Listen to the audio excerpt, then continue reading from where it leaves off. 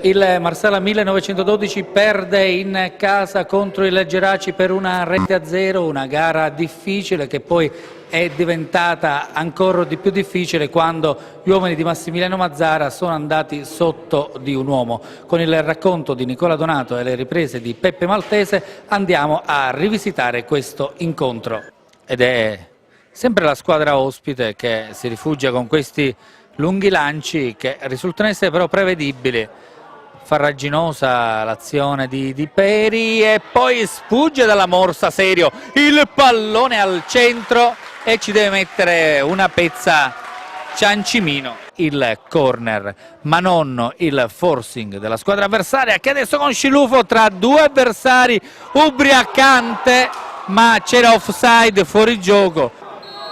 Il fischio, il tiro di Palazzo, la traversa e il pallone viene allontanato. Incredibile occasione, possibilità per Carvaglio, si gira bene, potrebbe far esplodere il sinistro e la parata centrale. E adesso ripartono gli uomini di Bognanni con questo pallone scodellato al centro, arriva il tiro e anche la rete.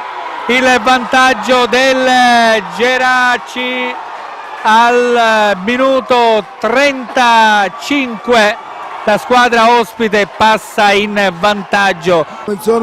Non ha fatto altro che disturbare i giocatori del Marsala ed ora una grande parata dei Dolenti che riesce a prendere un pallone impossibile.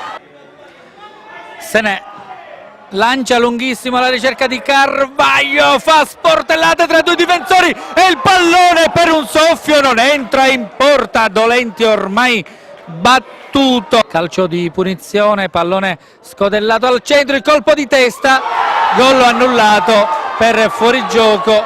Secondo il direttore di gara fuorigioco. Massimiliano Mazzara su tutte le furie. I giocatori del Marsala vanno sul guardaline. Pallone per Senè, palla al centro, il colpo di testa. Senè al centro, non esce Dolenti, il colpo di testa, salvataggio sulla linea, ma il direttore di gara già aveva fermato il gioco. Gli equilibri sono stati rotti da Flores. Qui invece un altro colpo di testa, Serio. Senè, non c'è fuorigioco.